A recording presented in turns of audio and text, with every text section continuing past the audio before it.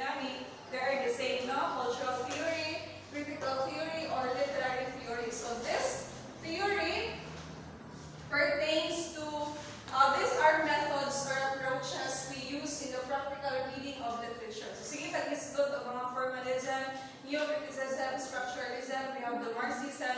So kana sila, they are literary theories, or in other terms, they are methods or approaches that we use in interpreting or explaining literary texts. No, mga method na sila or approach. Another meaning we have, they have underlying principles. So underlying principles, this pertains to essential concepts or essential principles, fundamental principles nga atong i-consider. Just like sa report ni Kyle ng formalism. So, usa sa man nga principle, usa sa mga principle nga atong i-consider sa formalism. Okay. So, thank you, Kyle. So, thank you, Kyle. So, one of the principles nga to i-consider sa formalism is katong mag-focus ta sa mga literary devices such as figures of speech, ito mga imagery, symbolism, diction, ito mga iambic pentameter, so kato, those are examples of principles nga atong i-consider when we talk about literary theories. And then, they formulate the relationship between author and work. Just like sa report ni Kat, no, traditional literary criticism nga atong i-consider ang biographical information sa author, di ba ka? So, it formulates the relationship between the author and the work. So, nag-gets na sa literary theories. And other word of literary theories is the word hermeneutics. No, kung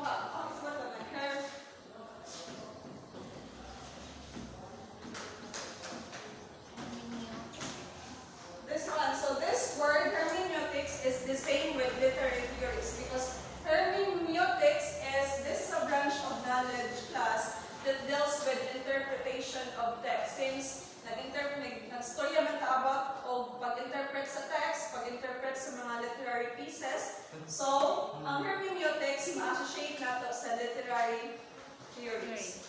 So, what is structuralism? Everybody read, please. Focuses on the fundamental structures and patterns within the text to reveal meaning. Okay, so it focuses on the essential structures or concepts and patterns sa pag-interpret nato sa text. And according also to the Internet Encyclopedia of Philosophy, that structuralism is the extension of formalism. So report ni Kyle, di ba? Report ni Kyle, this is an objective approach, objective-centered approach. Objective approach na nag-focus sa mga literary devices or forms. Just like structuralism class, mag-focus po ta sa structure, word structure, sa patterns, sa ka-text mo ng extension. Extension of formalism because both formalism and structuralism class devoted their attention to matters of literary forms rather than social or historical content. Wala nag-focus ang structuralism sa biographical information sa usa ka author. And then we have here Ferdinand de Saussure. So Ferdinand de Saussure is the father of structuralism.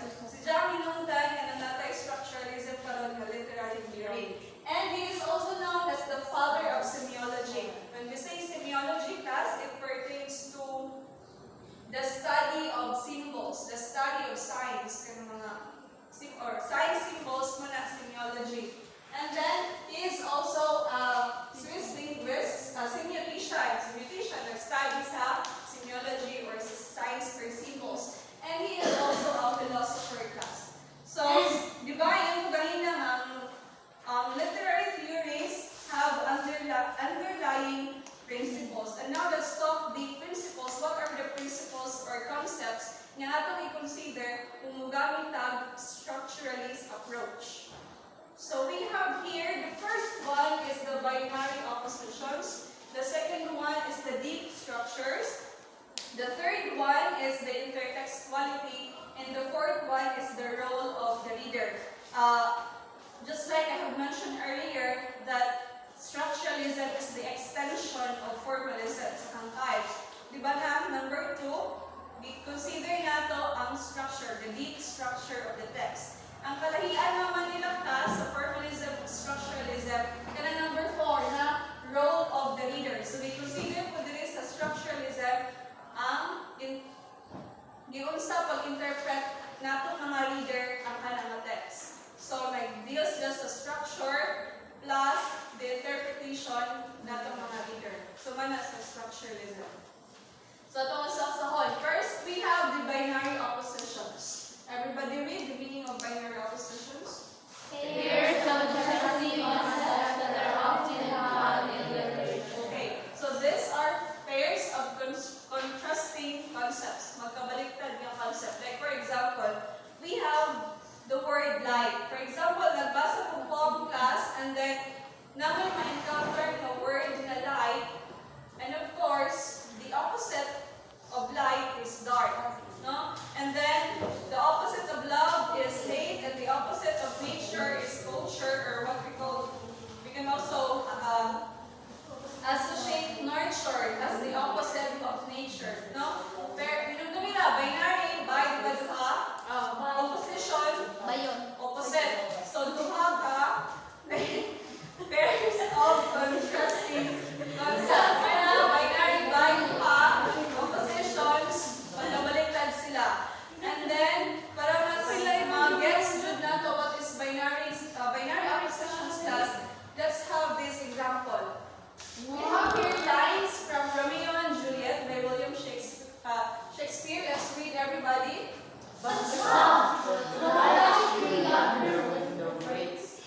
And Juliet is the sun. So, from this line class, let's try to identify the binary oppositions. No? Then, later on, ito may identify po ang deep structure. Pero the same naman ng text. Then, identify the intertextuality and the role of the reader. So, Maria, what are the binary oppositions from this line? Let's solve our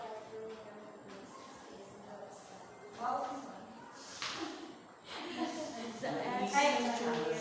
You can choose word na para nimo na siya opposite. Pero ang isang opposite word, wala siya na. Ikaw na ang hatag opposite word. Doon na. Opposite siya na. hard.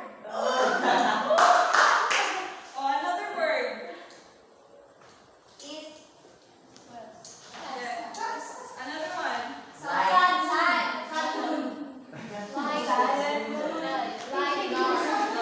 dark. So, okay. Great. Thank you. So, window. Okay. One of the binary oppositions from this line sa Romeo and Juliet is the light. Light associated with Juliet. Na makabantay mo what light through your window breaks. So, it represents beauty. No? Beauty in Juliet. It represents radiance and purity. And the opposite of light is dark. And we have here the east and the west. So, east creates binary opposition with the west, symbolizing the divide between the Capulets or the family of Juliet and the family of Romeo. So, east si Juliet ko ng family and then west ko family ni Romeo.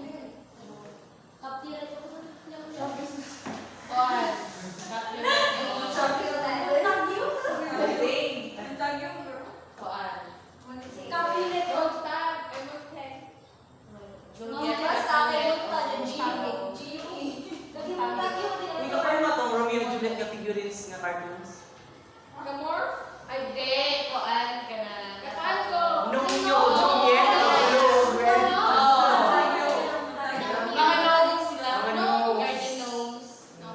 Okay. So, nag-guess na sa binary oppositions class? Yes. Ano sa binary oppositions? And Opposite. Oh. So, let's proceed to the second key concept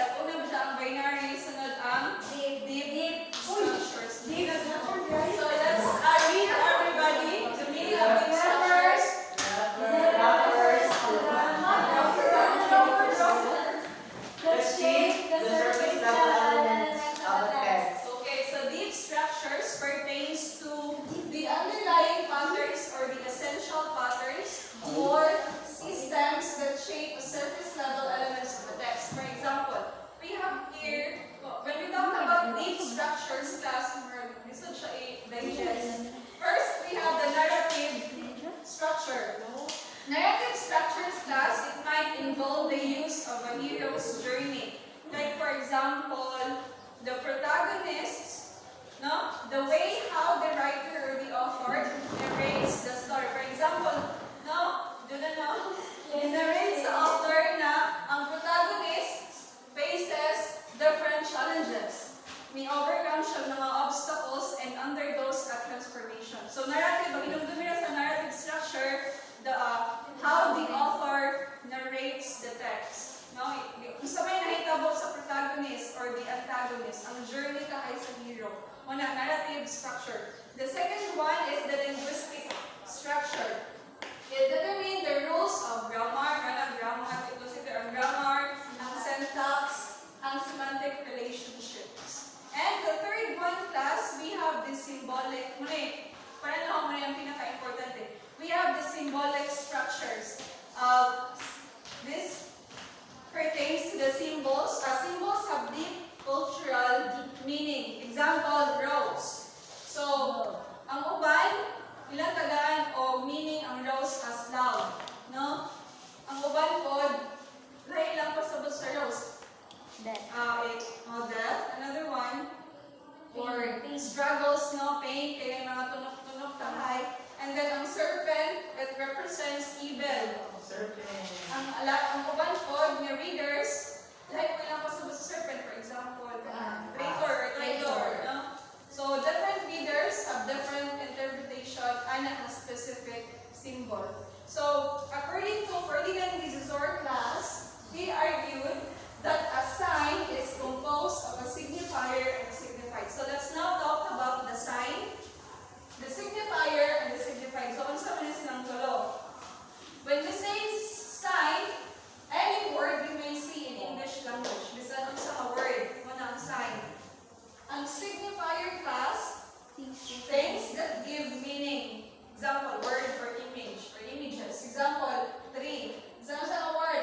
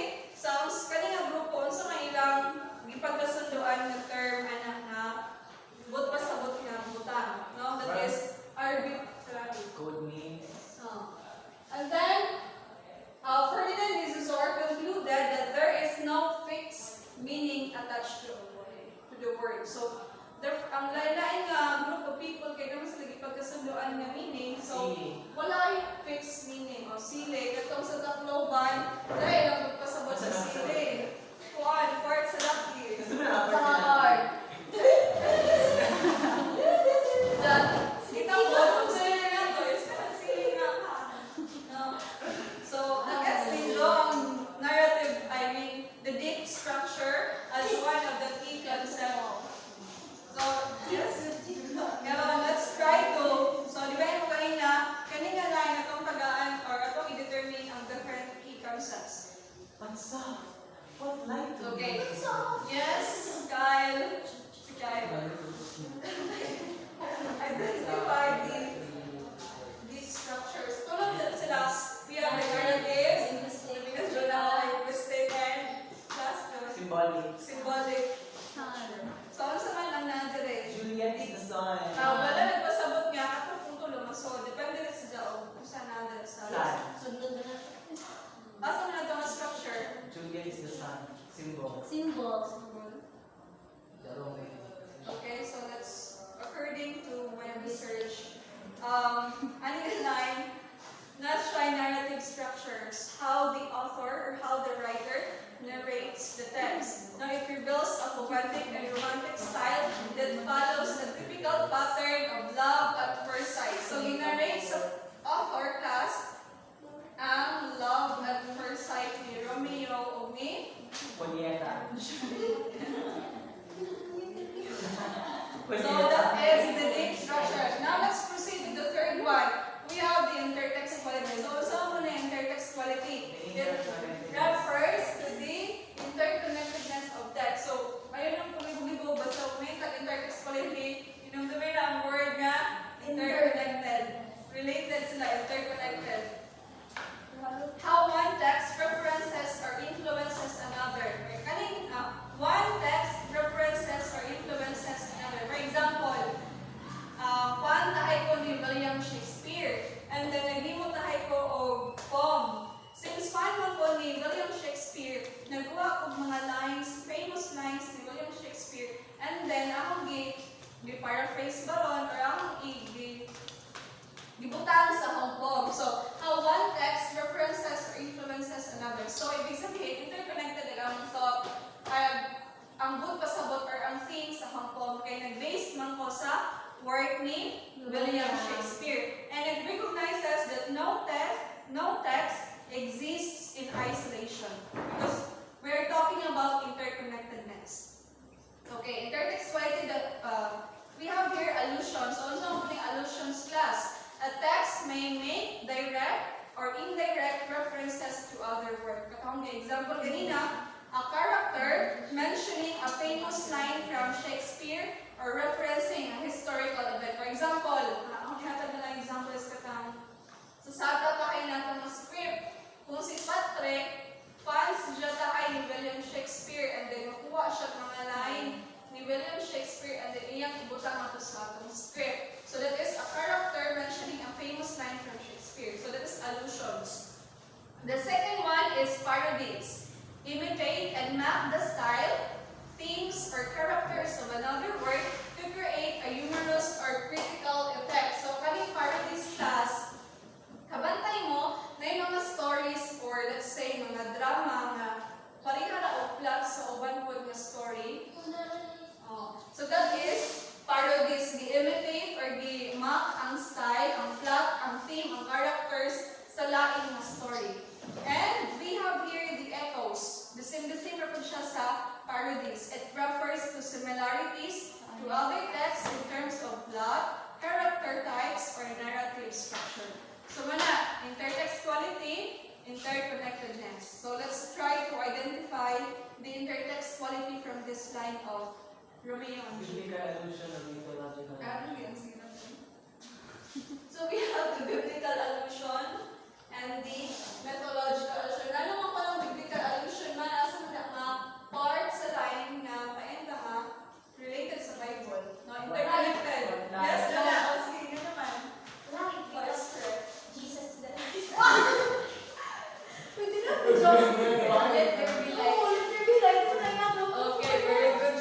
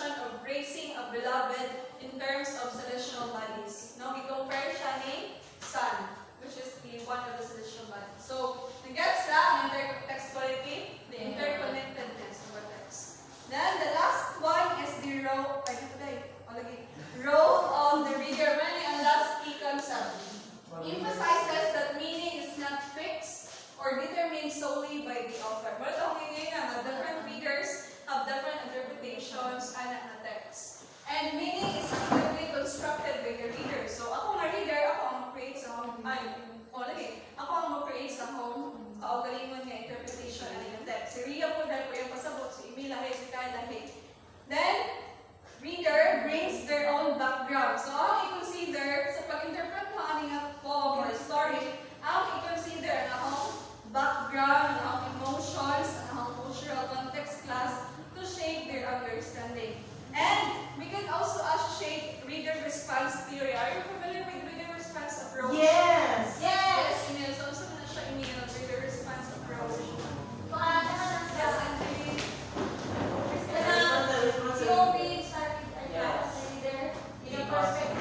Very good. So, naka-base sa reader ang iyang paghatag of meaning or pag-interpret ang reader response. So, let's try to identify. What soft, what light to remember when the rates in So, let's read everybody. The role of the reader. The reader's interpretation may influence the popularity of the themes of love, destiny, and societal barriers present in the play. No? So, nakadepende siya sa familiarity with the themes of love sa reader, sa destiny, and societal barriers present in the play. What's my interpretation in this theme as a reader? Wow. And then, let's now have another example. Kani, ikaw lang mo identify sa, ano na nga line? From Twinkle, Twinkle, Little Star. So, Twinkle, Twinkle, Little Star, how I wonder what you are. So, let's try to identify the binary oppositions, the deep structure, the intertextuality, and the role of the reader. So, first, we have the binary oppositions. Susan, Little, ang ipakita ang lyrics. big, Little, twinkle, twinkle, little star, how I wonder what you are. little big. Little big. So the binary opposition is twinkle. So ang kabalikan sa twinkle is stillness. So let's read everybody. Binary opposition between twinkling and stillness creates contrasting imagery. The star is portrayed as a dynamic, shimmering entity, while the seeker wonders about its nature in a state of stillness and contemplation. Okay, so we have twinkle and stillness. Let's try to identify the deep structure. Ito narrative structure, linguistic structure, and the symbolic Symbolic star dream. Ang gino niya diri is repetition and Narong, so let's read everybody. the repetition of the phrase Twinkle, twinkle establishes a rhythmic and pattern structure. This repetition adds a musical quality to the rhyme and reinforces the idea of the star's continuous twinkling. So ang phrase or ang word niya, twinkle, twinkle, ay repetition and pattern. The third one, the intertextuality, ang interconnectedness. allusion ito. Asa man ito mga? Kanang yes. We have here